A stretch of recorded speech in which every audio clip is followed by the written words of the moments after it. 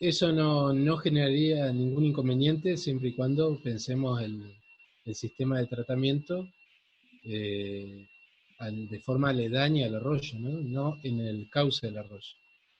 Entonces, en ese sentido, el mismo cauce va a ser el aliviadero propio de cuando hay creciente o lluvias intensas. Con respecto al humedal artificial, por ejemplo, cuando el humedal es joven, digamos, no llega a su clímax de desarrollo, puede ser que sufra algún inconveniente de lavado y requiera de un mantenimiento, principalmente de los áridos y la vegetación.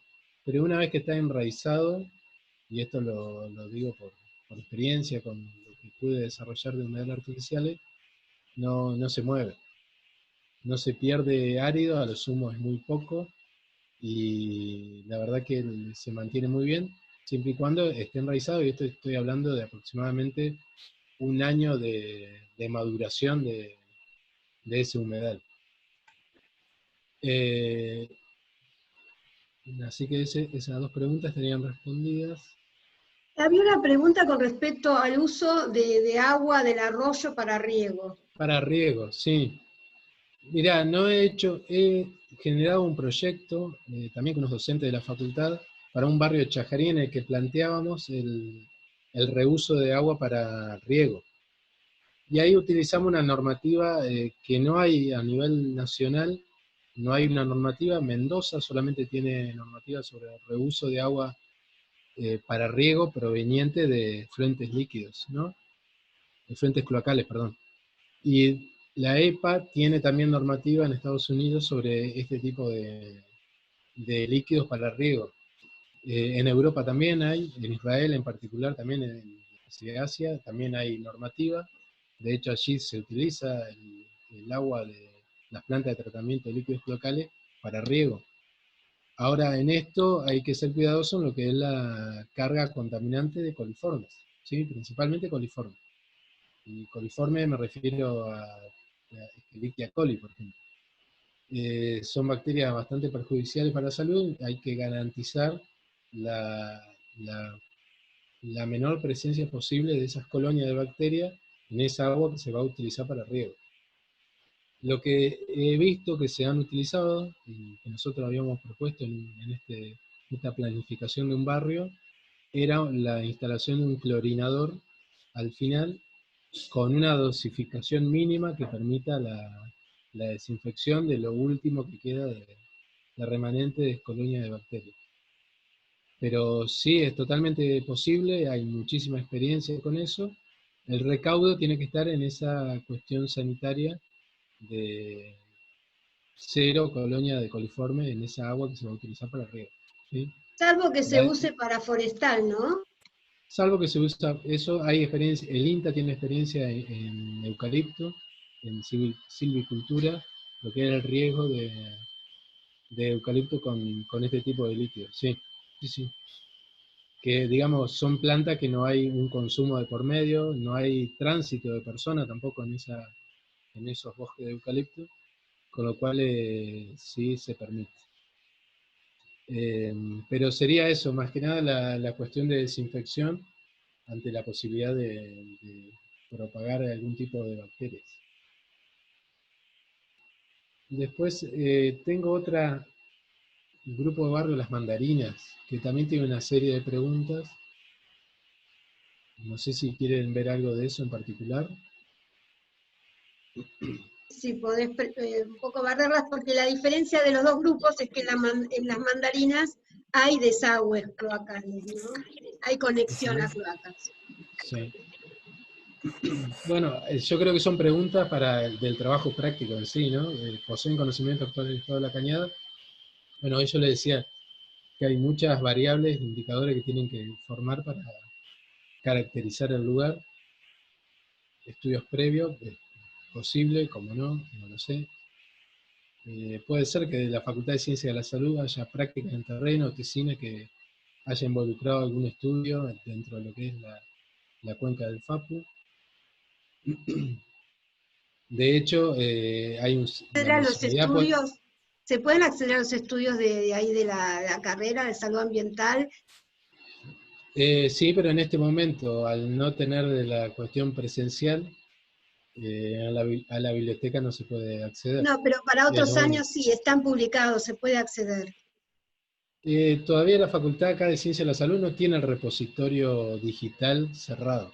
La Ujú, universidad no lo tiene, la UNER. ujú. Con lo cual no creo que esté todavía disponible de forma digital esa información. Sí en la biblioteca, porque todas están guardadas en la biblioteca, ya sean práctica en terreno o tesina de grado.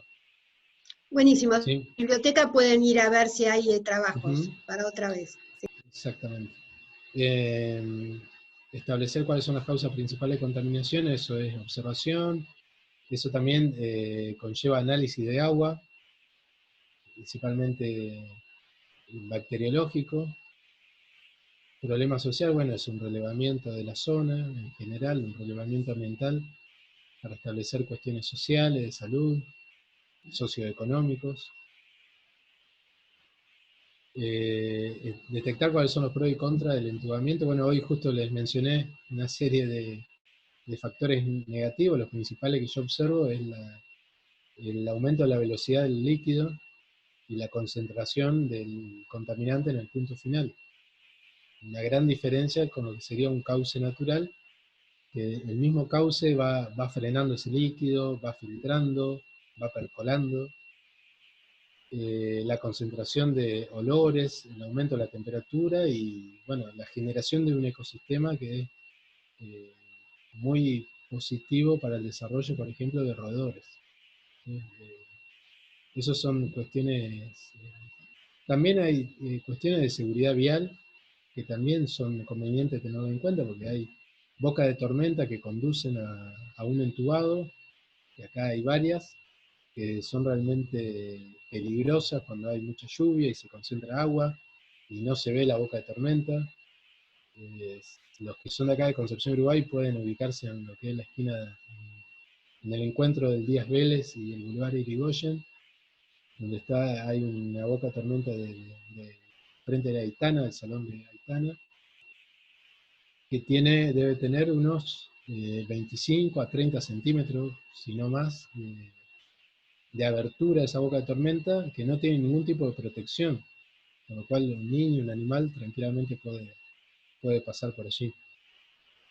Eh, ¿Cómo se puede salir una cañada? Bueno, es lo que estuvimos hablando en todo esto, las distintas alternativas. Principalmente yo me enfoco en lo que son los humedales artificiales, cámara séptica, humedal artificial como sistema integral de tratamiento, más el trabajo participativo de la zona donde ustedes quieren trabajar, ¿no? El saneamiento no solamente es la intervención en sí del terreno, sino tiene que ver con ese trabajo minucioso de llegar a la gente, de conversar, de escucharlo, de convocar a los sujetos, los actores sociales más importantes que intervienen en esto, de generar un equipo de trabajo de seguimiento multidisciplinar, que realmente integre también a actores del barrio y que permita el desarrollo sostenible de este tipo de implementos. ¿Qué tipo de especies vegetales? Bueno, siempre pensemos en especies de la zona y nosotros tenemos la suerte de tener una especie ribereña como el carrizo que se adapta muy bien. La totora es otra especie vegetal muy importante. Lo que tiene es un desarrollo radicular más escaso que el carrizo, pero también es una especie que se puede utilizar. Animales que intervienen en el saneamiento de la cañada, bueno, la cañada en sí va a tener una fauna ictícola propia de la cañada que con la contaminación seguramente se ve disminuida. La contaminación con materia orgánica conlleva directamente una disminución de oxígeno. La disminución de oxígeno conlleva el menor desarrollo de fauna ictícola. Más aún si hay también variación en las temperaturas de vuelco de los líquidos. Cuando hay pequeñas variaciones de temperatura, la fauna ictícola también se ve muy impactada en su desarrollo natural. Entonces el tratamiento va a llevar adelante un impacto positivo en lo que es la fauna ictícola. En sí, lo que yo mencioné, no hay una intervención directa de animales para lo que es el saneamiento, ¿sí? Sí hay un factor microbiológico, si se quiere, que sí es importante, y en esto va de la mano con lo que le mencionaba hoy, de la educación de la gente que vuelca sus líquidos en la cañada y que vuelcan el líquido en el sistema de tratamiento en el uso de desinfectantes. Los desinfectantes a base de cloro, de amonio, de amoníacos, son inhibidores de la actividad bacteriológica, y esa actividad bacteriológica o microbiológica, porque también hay hongos y otras especies microbiológicas que actúan, son fundamentales para este proceso de fermentación y descomposición de la materia orgánica. Se ha realizado un análisis que indica la capacidad de la cañada para transportar el agua sin generar inundación. Eso es un análisis que hay que hacerlo en el lugar, dimensionar la cañada, evaluar los momentos de precipitación máxima. También, como aparte de la precipitación máxima, algo que creo que no lo mencioné, son los horarios críticos también, que están establecidos, la primera hora de la mañana, el mediodía y la tardecita y la noche, son los horarios críticos en donde aumenta el caudal de vuelco de líquidos locales. Esos son los momentos que hay que analizar para pensar si se genera algún tipo de problema en el momento de crecida y demás, que conlleva algún tipo de inundación. También esto hay que pensarlo, Perdón, sí, dijiste mañana, tarde, tardecita. sí, la mañana, inclusive hay bibliografía que establecen horarios específicos, las 8 de la mañana, el mediodía, y a la Ajá, tardecita, 19 horas, 20 horas. genial, Y gracias. hay bibliografía que inclusive el horario de la tardecita lo pone más tarde a la noche, que también hay un uso por, bueno, el uso del baño, la ducha, digamos, y el uso de los inodores. Claro. En esto también es interesante pensar en lo que es la normativa con respecto a la superficie que tiene que haber libre en las zonas aledañas a los arroyos, el camino de sirga, que también es importante porque con ese camino de sirga, más allá de que tiene que ver con el uso público de ese lugar, también es importante como, voy a eso justamente por el tema de inundación, como zona de amortiguación o zona buffer que permita, digamos, absorber momentos de crecida. Piénsenlo como unas pequeñas planicies de inundación, o llanura de inundación. Es importante tener en cuenta que tiene que haber también una distancia entre la cañada, el arroyo y las viviendas, para que no sucedan problemáticas que naturalmente se pueden dar, como puede ser una crecida, y que no tengamos que intervenir nosotros con taludes o elevando el terreno para evitar este tipo de situación que puede generar otros inconvenientes cuando intervenimos de esa manera un arroyo. ¿Cómo se podría mejorar la conducción, velocidad, absorción de la correntía? Bueno, eso también depende qué tipo de líquidos queremos tratar. Si hay un líquido altamente contaminado, la velocidad va a ser un factor importante, es decir, cuanta menor velocidad tengamos, vamos a tener mejor sedimentación y mejor tiempo de retención del líquido con las bacterias que van a descomponer los patógenos y la materia orgánica que hay en el efluente cloacal. Para la absorción, tengamos en cuenta que nosotros no intervenimos en la impermeabilización en sí de un curso de agua, al contrario, lo pensamos como algo libre.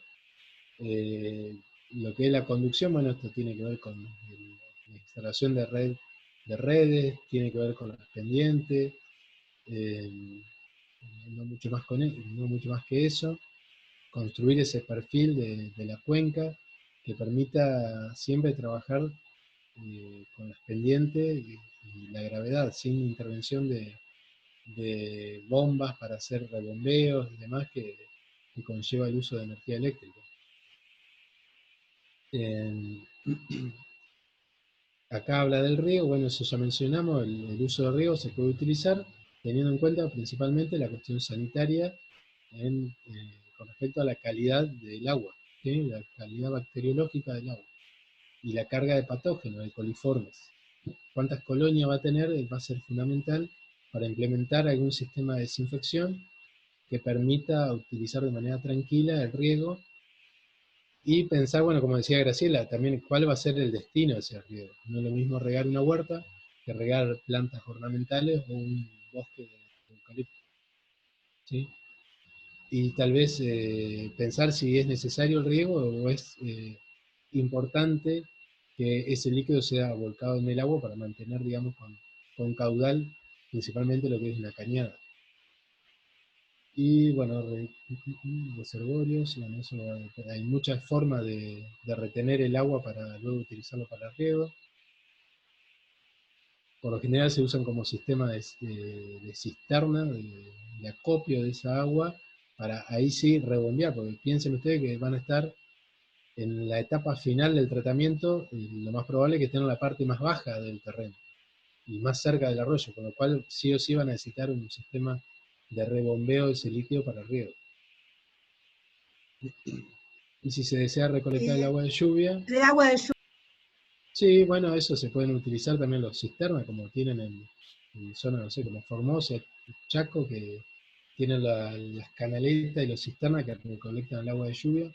Es algo que acá, la verdad que ni siquiera se piensa, y la verdad que es muy bueno para implementarlo, siempre y cuando esa agua que se recolecta tenga un uso, ¿no? Un destino, ya sea para consumo, que se puede utilizar, o para riego. Y también, si lo pensamos para un sistema productivo, vendría muy bien la recolección de agua de lluvia. También si estamos en una zona, no como la nuestra, sino con menos frecuencia de lluvia, con estación seca, también es muy importante esta recolección como agua de reserva, ¿sí? ¿Cómo administrar, gestionar y controlar la lluvia para que no desborde la cañada? Yo creo que es una pregunta bastante compleja que hoy la verdad nos pone bastante en una situación, digamos, de duda, porque ha cambiado mucho los últimos, no tantos años, 2, 3 años, la frecuencia de lluvia y la intensidad de lluvia. Con lo cual, controlar la lluvia, yo diría que es imposible, ¿sí? Hay que gestionar las cuencas para que esta lluvia no generen inconvenientes como las inundaciones. Entonces, estos sistemas, al contrario que los entubados, en contraposición al entubado, seguramente tienen capacidad de absorción de mayor cantidad de agua de lluvia. Un entubado lo único que va a hacer es conducir con mayor velocidad del agua, y al final de esa cañada, de ese arroyo, seguramente va a juntar más agua de lluvia que un sistema como el que estamos planteando nosotros. Ahora, tiene que ser un planteo, la gestión tiene que ser integral, esto es gestión integral de cuencas urbanas. En esto yo creo que, bueno, Patricia, yo sé que lo maneja muy bien, y entiendo que ustedes también. La FAL tiene muchísima bibliografía muy interesante sobre estas cuestiones de gestión de cuencas urbanas, que trabajan mucho el tema del manejo de lluvias para estas situaciones de desborde. Yo creo que es un tema más amplio de desarrollo, más allá del tratamiento de líquidos locales. Claro, Aníbal, aquí en este tema de la cuenca, ¿no? De alguna forma, con el cambio climático, hay, más, como vos decías, hay unos cambios, las lluvias son más copiosas y más frecuentes, y tal vez intensas, más cortas, pero como más tropicalización, digamos, ¿no? Sí, sí. Yo recuerdo hace ya cerca de 30 años, trabajé en lo que era el Parque Industrial de Gualeguaychú, y la infraestructura del parque, la infraestructura gris, digamos, estaba pensada en desagüe pluvial para un tipo de volumen de lluvia centenaria. El ingeniero de nuestra planta, que era el ingeniero Lofiego, un ingeniero eh, muy actualizado, ya hace 30 años pensaba en el cambio climático, y esta era una planta de detergente. Yo te estoy hablando de lo que era tensioactivos, ahora es, creo que es Lever. En esta planta, cuando él calcula con la milenaria, dice, no, vamos a calcular con la milenaria, no puedo calcular con el riesgo de una planta de detergente con la centenaria. Y le daban tal volumen, es claro que los caños de de recepción del parque Era no insuficiente. daban abasto, eran insuficientes, y entonces se tuvo que hacer todo un sistema de canal, digamos, de canal a cielo abierto, contrapendiente, y un reservorio al fondo del terreno para después ir largando el agua de a poco, previa retención del agua de lluvia, ¿no? Pero Claro. digo, esto tiene que ver con la responsabilidad del profesional, con qué hipótesis trabaja, digamos. Claro, sí, sí, sí. Por eso están los sistemas de aliviaderos, para eso, ¿no? Claro, esos Para sistemas pensar de en eso. aliviaderos que me parecen muy sabios, Sí, digamos, de por supuesto, tener por supuesto. cuencas de retención. Pero fíjate que tiene que ser una cuestión integral, no solo con la cuenca, en este caso del arroyo El Curro, como pasa cerca del barrio La Tablada, sino también tiene que ver con la cuenca del Fapu, de las Ánimas. Todas las cuencas tienen que pensar en eso para que no desborde en una o en otro, ¿no? Porque son como arterias que están todas de alguna manera conectadas, es un sistema complejo. Claro, por lo Entonces, tanto habría que pensar si tienen que haber espacios de retención, para lo cual hay que pensar muy bien que tenga el perfecto. agua a su lugar, digamos. Claro, sí, sí, sin duda. Para algún lado el agua va a ir. Entonces, o hay que dejarlo que vaya al río, de alguna manera canalizarlo y que no vuelva, o retenerlo en algún lugar y eso requiere de una superficie establecida, con un dimensionamiento establecido, con un mantenimiento también eh, establecido.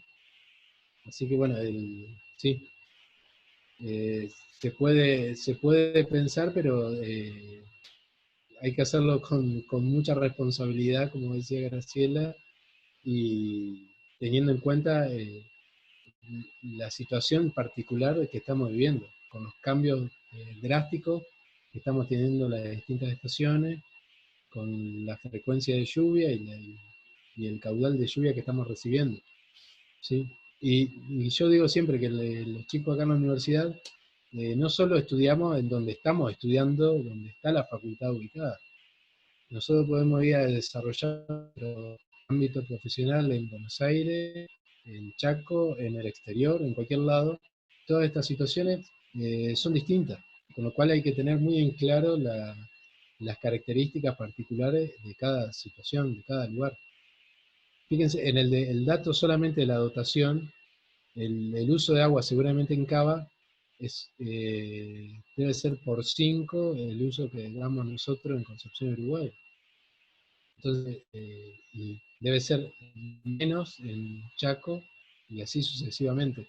Eh, cada lugar, cada situación es particular y requiere de un enfoque particular e integral con respecto a la cuestión participativa de los actores y demás situaciones que hay que tener en cuenta a la hora de hacer este tipo de intervenciones. Que fíjense, este tipo de intervenciones conlleva sin duda una cuestión participativa y colectiva, porque una inundación va a afectar a un grupo de personas. Entonces no pueden quedar en decisiones sesgadas de algunos, sino tiene que ser una cuestión compartida y aceptada con licencia social que permita el desarrollo sostenible. No sé si tiene alguna cuestión más en particular, bibliografía que les comente. ¿Hay alguna Hay, pregunta más? yo lamentablemente tengo muchos libros, pero no son en digital. Hay uno que es muy interesante para ustedes, les puede servir, que es Mariano Sebanés Calvo, que es bastante conocido en la ingeniería ambiental y tiene un libro de aguas residuales, tratamiento por humedales artificiales, que también un libro español, y es un autor que tiene mucho desarrollo en esto y también en distintas temáticas de ingeniería ambiental. Este es un libro de la editorial Gustavo Gili, que yo sé que ustedes lo conocen mucho porque él, tiene una, una editorial básicamente de arquitectura, que tiene el tratamiento de aguas residuales mediante sistemas vegetales y tiene mucho diseño que a usted le puede interesar, no sé, la implementación de humedales artificiales para estacionamientos de auto, por ejemplo. Eh, Tiene diseños, no entra en detalle en cuestiones de dimensionamientos por ejemplo, parámetros de calidad de agua. Pero sí tiene algunos bocetos que, bueno, con el enfoque de arquitectura, obviamente, que son muy interesantes, les puede ser de utilidad, lo pueden buscar para comprarlo en papel, ¿no? No está en digital, por lo menos hasta donde yo sé, no está en digital. Y acá hay otro también que también lo uso mucho de consulta, que es un manual de depuración de la empresa Uralita, que lo edita Paraninfo, también español, que son sistemas para depuración de aguas residuales en núcleos de hasta 20.000 habitantes. Y así implementan, bueno, principalmente los sistemas tradicionales de tratamiento de fuentes cloacales. Pero bueno, también les da una idea a ustedes de cuáles son los distintos pasos que sí o sí tiene que pasar el líquido cloacal para llegar, digamos, al objetivo final, es que lograr parámetros de calidad que sean aptos para el vuelco en un curso de agua como en el suelo. Y bueno, después lo que es gestión de cuencas, se falta material, que es muy interesante. De humedales artificiales hay un montón de bibliografía en internet, de Centroamérica, de Colombia, de Francia, un montón de bibliografía, tienen mucha experiencia. En China hay mucha aplicación, de hecho el personal del INTI el año pasado, si no me equivoco, o sea, la cuarentena me cambió un poco los tiempos. Creo que fue el año pasado que viajaron una comitiva del INTI y también de la Secretaría de Ambiente, estuvieron en China y vivenciando alguna experiencia de humedales artificiales allí, que también les puede ser de utilidad para convocarlo, yo lo puedo contactar para que le comente la experiencia de ellos, lo que vieron en China. Y bueno, no sé, lo que Bueno, pueda ser de utilidad, yo estoy a disposición. yo te Por quería ahí hacer una pregunta. Sí, perdón. Sí. Sí. Por ejemplo, ¿qué tipo de sistema o tratamiento se puede utilizar para terrazas verdes que sean tipo de parque, digamos? De vuelta no te Tipo, escuché muy claramente. ¿qué tipo de sistema o tratamiento podríamos utilizar para terrazas verdes? Ajá, a ver, ¿Se me escucha? decime. Sí, sí. Si no te lo escribo. No, decime bien a qué te referís con terrazas verdes. Sí, nosotros estamos planteando tipo un parque en una terraza verde. Estaría arriba de otras actividades que vamos a hacer. Y bueno, la idea era plantear tipo un paseo arriba de la terraza. ¿Y qué tipo de líquidos recibiría? No sé, eso era lo que no sabíamos y te queríamos preguntar. Y nosotros estábamos viendo la idea de plantear por riego, un sistema de riego, pero no estábamos seguros todavía. Todo depende, antes de plantear, digamos, una intervención de este tipo, pensar Sí. qué líquido es lo que quieren tratar, qué característica y a dónde quieren llegar, ¿no? A qué parámetro de calidad quieren llegar. En base a eso, se puede elegir qué sistema de tratamiento. La terraza verde, si no me equivoco, porque no conozco todos los sistemas de tratamiento, ¿no? Lo que no lo sé lo averiguaré, pero entiendo que es también un sistema de biofiltro. Eh, Tendría que averiguar bien qué capacidades tiene de depuración. No sé si ese dato lo tenés. El proyecto de las chicos plantea una terraza verde recreativa y la terraza verde en general disminuye la escorrentía del agua pluvial. Si fuera solo, digamos, el uso a lo mejor de agua del arroyo para riego en ese techo, o si ellos retienen el agua remanente de lo que de pasar por ese techo verde. No sé, es como un subsistema techo verde porque no sé si vos conocés el caso de la Green Lane en Nueva York, que es No. un techo de hormigón donde arriba hay un parque, digamos. Ellos están haciendo un parque que cubre ciertas funciones debajo. En mi opinión, en general ahí lo que va a haber es agua de lluvia, ¿sí? Claro. Está bien, el tema es si eso está conectado luego a un arroyo, una cañada, yo le daría continuidad al agua Y la otra situación es pensar si eso es una implementación que se haría acá en nuestra zona, porque también yo no sé si se justifica un sistema de riego en una zona ¿Cómo decías? que no sé, un sistema de riego, de vuelta, seguramente va a estar emplazado en la parte más baja de la terraza o de un sistema de tratamiento, con lo cual un rebombeo es muy probable que requieras. Un rebombeo significa un aparato eléctrico que requiere Sí, mantenimiento, que requiere un consumo energético, que también se puede decirme, bueno, se puede instalar un panel fotovoltaico y evitamos, digamos, la independencia de la red eléctrica tradicional, pero siempre los sistemas de tratamiento, por lo menos desde mi punto de vista, trato de pensar en cuestiones que no requieran, que requieran lo mínimo de mantenimiento y lo mínimo en consumo energético. Si se puede evitar, mejor. Y en una zona como la nuestra, depende qué es lo que quieras regar. Si querés regar algo que tenga que ver con lo productivo, bueno, puede ser. Ahora, si es agua de lluvia, no tiene un valor, un plus ese riego, porque el agua en sí no va a tener, no va a ser más que agua filtrada seguramente, porque en la terraza va a funcionar como un filtro también de alguna manera. No va a tener un valor adicional con respecto al punto de vista de aporte de nutrientes al suelo para las plantas.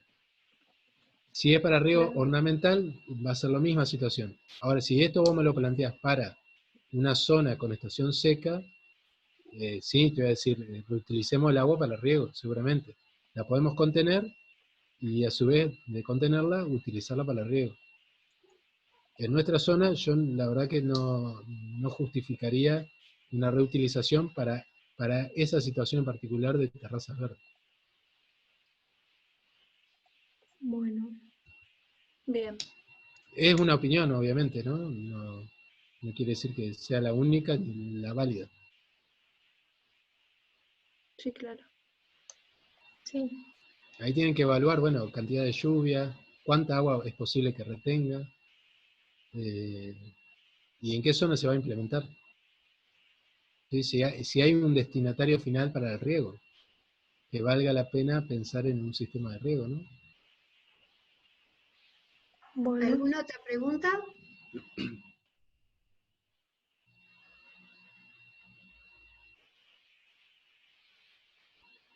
Patricia, vos que estuviste acompañándonos toda la clase, ¿tenés algún comentario?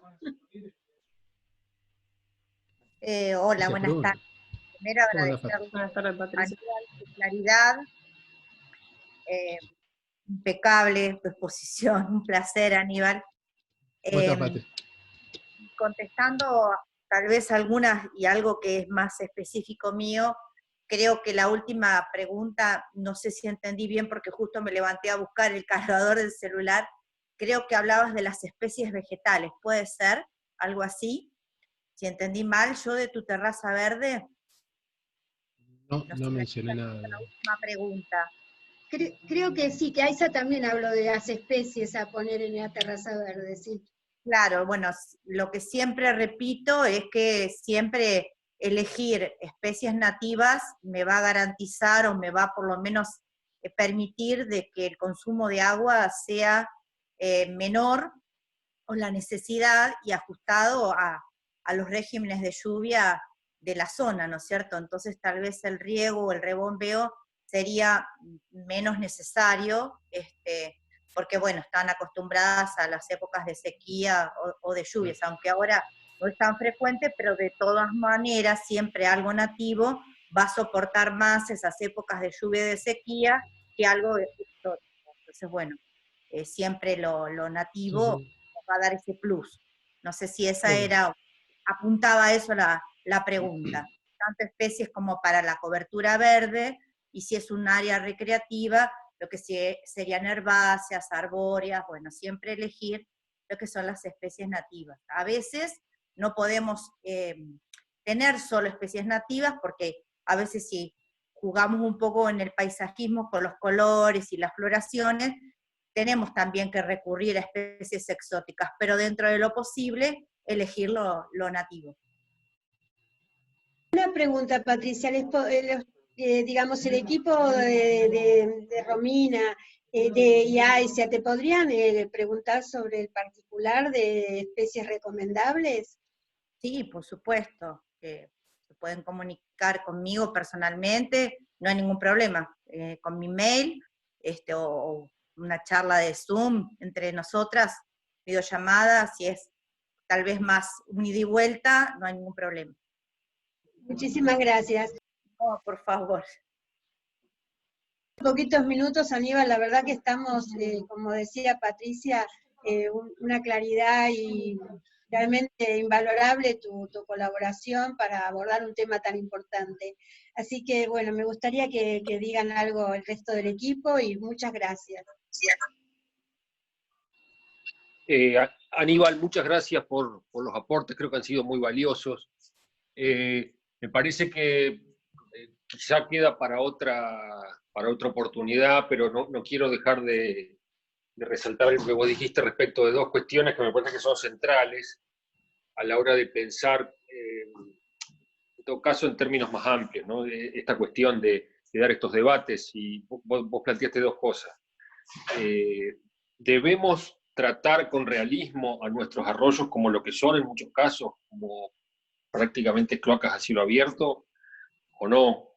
Y la otra cuestión que vos planteabas, el debate acerca de sistemas centralizados o descentralizados. Me parece que esos dos temas confluyen en un debate muy profundo acerca de los puntos de intersección entre planificación urbana, saneamiento, política ambiental, etc.